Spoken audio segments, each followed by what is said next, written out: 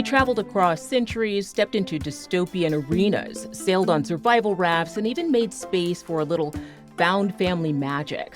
The books of 2025 didn't just entertain us, they became cultural touchstones, sparking conversations about identity, grief, love, and the world we want to build. Hello and welcome to USA Today's The Excerpt. I'm Dana Taylor. Today, USA Today books reporter Clare Mulroy shares her picks for the best books of the year and the stories still lingering with readers. Clare, it's always good to have you on.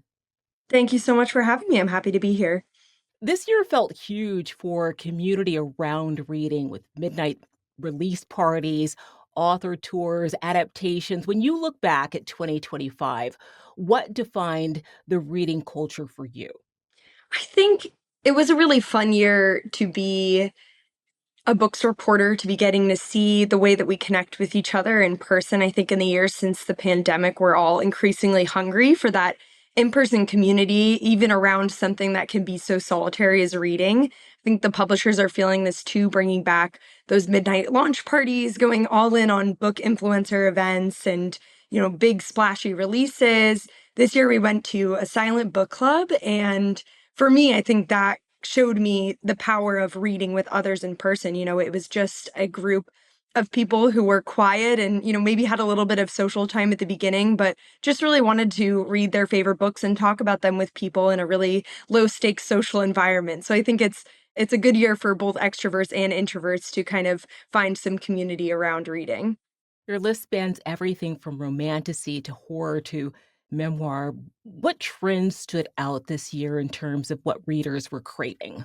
I think we saw a lot of tried and true paranormal stories like werewolves and vampire books. I feel like it's very in line with the 20th anniversary of Twilight that happened this fall. Books like Bury Our Bones in the Midnight Soil, even on the romance side, Bride and Mate by Ali Hazelwood. And then I think on the other side of things, what I saw was a lot of dystopian this year. When 2025 began with the LA wildfires, a lot of readers pointed out similarities between this point in time and of the Sower by Octavia Butler, which was a 1993 novel set in 2025. Then 1984 started climbing the bestseller lists, and it was even the theme of this year's Banned Books Week. I think that set the tone really well for readers to go all in on dystopian this year, and I kind of predicted at the beginning of 2025 that we would see the split of readers into camps of either leaning all in on dystopian and these high-tech features and climate change ravaged worlds, or people would be looking toward healing fiction, something a little bit more comforting and hopeful. And I felt like that was pretty spot on for this year. You wrote that the best book of the year is deeply personal. What do you think makes a book stick with someone months after they've closed it? And which book is that one for you this year? Ooh, I mean, tough question to answer because it is so personal. I think it depends on where a reader is in their personal life. I keep coming back to this concept of, a book needing to meet you where you are. So, a story needs to resonate with you, and something that might resonate with me could be completely different for you, could be a book that you DNF or do not finish because it just didn't hit with you in the moment. So why it's so hard to kind of come up with these lists. But for me, I'm a reader who gravitates toward stories with strong character development, characters that stick with me months after. I think Ocean Vuong's latest, The Emperor of Gladness, was one that I read earlier this year and I still think about, pretty much daily because of how real those characters felt to me. I mean, I felt like I joined their little community and became friends with them as they strengthened it in the book, and they feel like people that I know personally. Claire, a lot of the top picks deal with survival, emotional, physical, existential.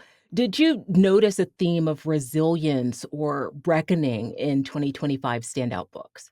Yeah, I mean, it was a big year for cli-fi, which is climate fiction. It's a sci-fi subgenre that I think is entering the mainstream more and more. A Guardian and a Thief, Wild Dark Shore, both of those books kind of tested the limits of where we'd go for the people that we love when the world is crumbling around us. I think there was also a lot of reckoning with artificial intelligence and with big tech this year. Think back to My Documents by Kevin Wen and The Dream Hotel by Leila Lalami. Both of them used dystopian, highly evolved tech to discriminate and incarcerate marginalized groups. That was the plot of kind of both of those stories. I think also Culpability by Bruce Holsinger. That was another standout this year, and it kind of explored the human consequences of a fatal car accident perpetrated by a self-driving car. A lot of these are dystopians that grapple with potential pitfalls of AI and tech. I think that'll probably only continue in 2026. We could have a whole conversation just about subgenres. Romantasy, found family, and character-driven stories felt especially big this year. Why do you think those genres resonated so widely? I think people also kind of needed a little bit of comfort this year. I mean, we did this story earlier about, books that felt like a hug to read, that felt hopeful and comforting. And that was a really big hit with our readers. Kind of going back to what I said earlier about the two camps of the dystopian and the comfort readers, I think some people didn't want to run headfirst into future dangers. They wanted something more peaceful, more comforting. Several books on your list revisit familiar worlds such as the Hunger Games Panem, while others push into totally new territory. Why do you think nostalgia and reinvention both thrived this year? I mean, to be honest, I think nostalgia is another comfort mechanism. Reading dystopian that feels so scary and poignant is often easier to do in a world that you already know, like the Hunger Games, even if it's, not really one you want to be in yourself. And also book to screen adaptations were big this year. They're only getting bigger. Spotify, their top audiobook data showed that some of the biggest listens this year were books that have been made into movies and TV shows. And I think an adaptation is ripe territory for revisiting old favorites. But then on the other hand, I think we've got an overpopulation of sequels and remakes in the current media landscape, and I think some people are just hungry for something new. Many of your selections highlight marginalized voices or tackle grief, identity, and trauma with real vulnerability. Were you seeing a shift in how authors approached heavy themes in 2025? This is a good question. I think there's more space to hold grief and trauma at the same time as joy for those really complex stories about identity and experience to thrive. I'm reminded of a conversation I had earlier this year with V.E. Schwab, who wrote Bury Our Bones in the Midnight Soil. And she was really yearning for queer characters who were messy and imperfect and, the villains sometimes, not just polished and palatable characters. And I think that kind of resonated with a lot of readers this year. Well, that book and books like Wild Dark Shore have such a strong sense of place. How important was world building and atmosphere in this year's strongest releases? I think I can speak for a lot of readers when I say this, that place is so important to me when I'm reading a book. When I'm reading, I want to be in a new world, even if it's one that I wouldn't necessarily want to live with or even spend a day in. I think that's why romantasy is so big, and it's why it's the genre that's getting people back into a regular reading routine. Is you get to step inside this fantastical world that's so built out, it kind of plays out like it's a movie in your head.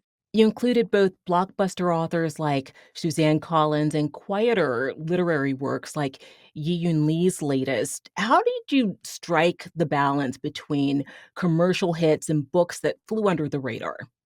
Gosh, I mean, this is the hardest part of, being a books reporter is this list was a year in the making. And as a books reporter, it's my job to kind of keep an eye on the stories that are influencing and reflecting our culture. And that means that I often have to consider books that, are outside of my personal taste, but are really, really hit and resonate from a literary standpoint.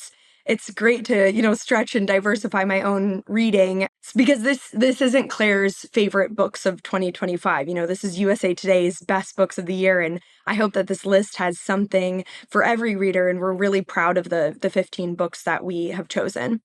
Looking ahead to 2026, do you anticipate any emerging genres or storytelling trends based on what captured readers' attention this year? I feel like we're gonna see kind of similarly zeitgeisty plots, sort of ripped from the headlines, but in kind of a pop culture way.